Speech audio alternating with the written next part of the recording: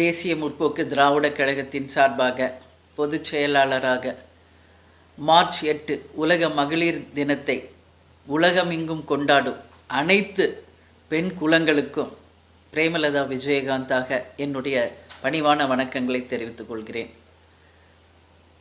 இந்த உலகம் வாழும் அனைத்து ஜீவன்களுமே உருவாவதே ஒரு தாயிடமிருந்தான். அது மனித பிறவியாக இருந்தாலும், அது மிருக பிறவியாக இருந்தாலும், பறவை இனமாக இருந்தாலும், ஒரு தாயிடமிருந்து தான் இந்த உலகத்திலேயே ஒரு உயிரே பிறக்கிறது. இன்றைக்கு நமது நாட்டில் பாரத மாதா என்றும், அதே போல் நமது மொழியை தாய்மொழி என்றும், இன்றைக்கு பெண்ணுக்கு மிகப்பெரிய ஒரு பெருமையை சேர்க்கக்கூடிய ஒரு நாட்டில் நம்ம வாழ்ந்துக்கிட்டு இருக்கோம். இன்றைக்கி உலகம் மகளிர் தினம் அப்படின்ற இந்த நல்ல நாளில் உலகம் எங்கும் வாழும் அனைத்து பெண்களுமே ஏதோ ஒரு விஷயத்தில் சாதனைகளை புரிஞ்சுக்கிட்டு தான் இருக்கீங்க. அது ஹவுஸ் ஒய்ஃபாக இருந்தாலும் சரி, இன்றைக்கி உலகத்தின் மிகப்பெரிய அளவு இருக்கின்ற அனைத்து துறைகளிலுமே பெண்கள் தங்கள் சாதனைகளை செய்துக்கிட்டு இருக்கீங்க. அதற்கு ஒட்டுமொத்த பெண் இனத்திற்கு என்னுடைய வணக்கங்களை இந்த நேரத்தில் நான் பெருமையோடு சொல்கிறேன். ஒவ்வொரு பெண்ணும் எத்தனையோ சவால்களையும் நாம் சந்திக்கிறோம். இன்றைக்கி கேப்டன் இல்லாமல் ஒரு முதல் மகளிர் தினத்தை நான் வருகிறது அப்படின்றத என்னை பொறுத்த வரைக்கும் இது மிகப்பெரிய ஒரு வேதனையான ஒரு காலகட்டம். இந்த சவால்களை ஒவ்வொரு பெண்ணும் எதிர்கொள்ளும் பொழுது அந்த சவாலை அது சவாலாகி நம்ம நினைக்கணுமா, இல்லை வாய்ப்பாக அதை மாற்றக்கூடிய வல்லமை படைத்தவர்கள் தான் பெண்கள். இன்றைக்கி எல்லா துறைகளுமே பெண்கள் மிகப்பெரிய அளவில் வளர்ந்துக்கிட்டு இருக்கீங்க. இன்னும் அனைத்து பெண்களும் எல்லா துறையிலுமே அபரீதமான முன்னேற்றம் பெற வேண்டும் அப்படின்னு சொல்லி நான் இந்த நேரத்தில் கேட்டுக்கிறேன்.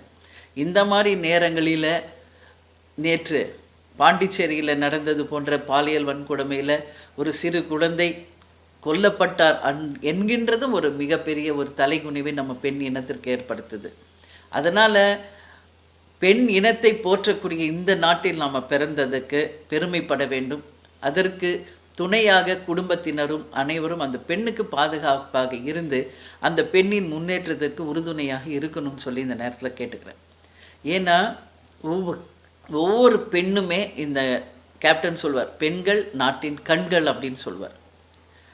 இன்றைக்கி பெண்களுக்காக எத்தனையோ திட்டங்களை, எத்தனையோ உதவிகளை தேசிய முற்போக்கு திராவிட கழகத்தின் சார்பாக நம்ம பண்ணியிருக்கோம்.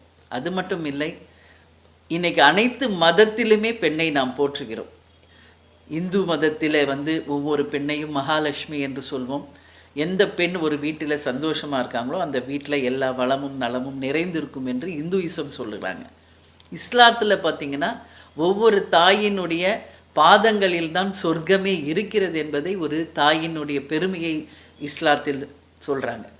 அதே மாதிரி இன்றைக்கி கிறிஸ்துவ மதத்தில் நம்ம பார்த்தோம்னா ஒரு குடும்பத்தையே கட்டி அமைக்கின்ற அந்த மிகப்பெரிய ஒரு திறமையும் அந்த கட்டமைப்பு திறனும் நம்ம பெண்களிடம்தான் இருக்கிறது என்பதை நமது கிறிஸ்துவ மதத்தில் சொல்கிறாங்க.